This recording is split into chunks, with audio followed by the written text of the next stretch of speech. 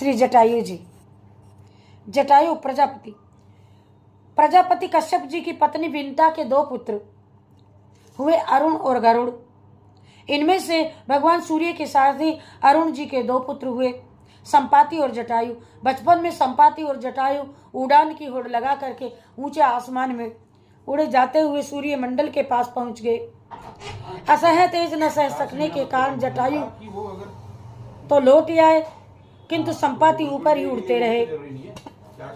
सूर्य के अधिक निकट जाने पर संपाति के पंख सूर्य ताप से भस्म हो गए और ये समुद्र के पास पृथ्वी पर गिर गए। और जटायु लौट करके पंचवटी में आकर के जटायु जी रहने लगे।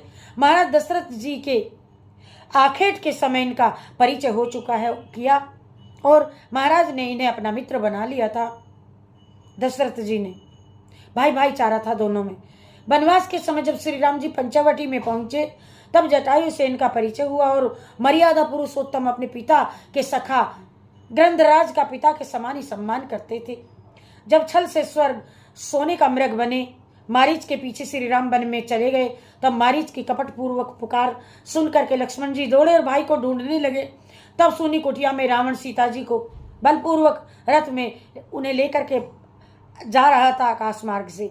श्री विदेही राज दुहिता का करुण क्रंदन सुनी कुटिया से रावण सीता जी जब तो भर गए क्रोध में और ललकारते धिक्कारते रावण को पर टूट पड़े रावण पर।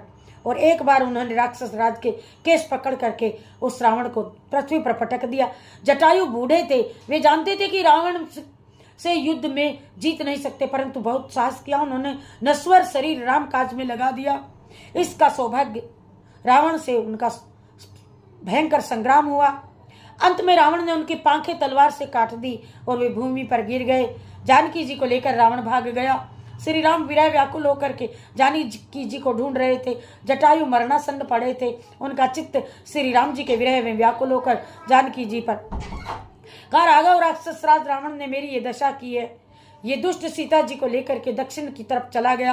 राघव के नेत्र भर आया। उन्होंने कहा, प्राणों को रोके रखे, मैं आज तक आपके दर्शनों के लिए इनको रोके रखा। मुझे इन प्राणों से मोह नहीं। श्री राम जिनका नाम मृत्यु के समय मुख से निकल जाए आदम से आदम प्राणी भी प्राप्त आपको कर लेता है। और क्या बताऊं तात, तुम्हें क्या दे सकता हूं, तुमने तो अपने ही कर्म से परम गति प्राप्त कर ली। जटायु इतना चित्त परोपकार में लगा है, संसार में कुछ भी दुर्लभ नहीं है और इस शरीर को छोड़ करके आप मेरे धाम में पधारे।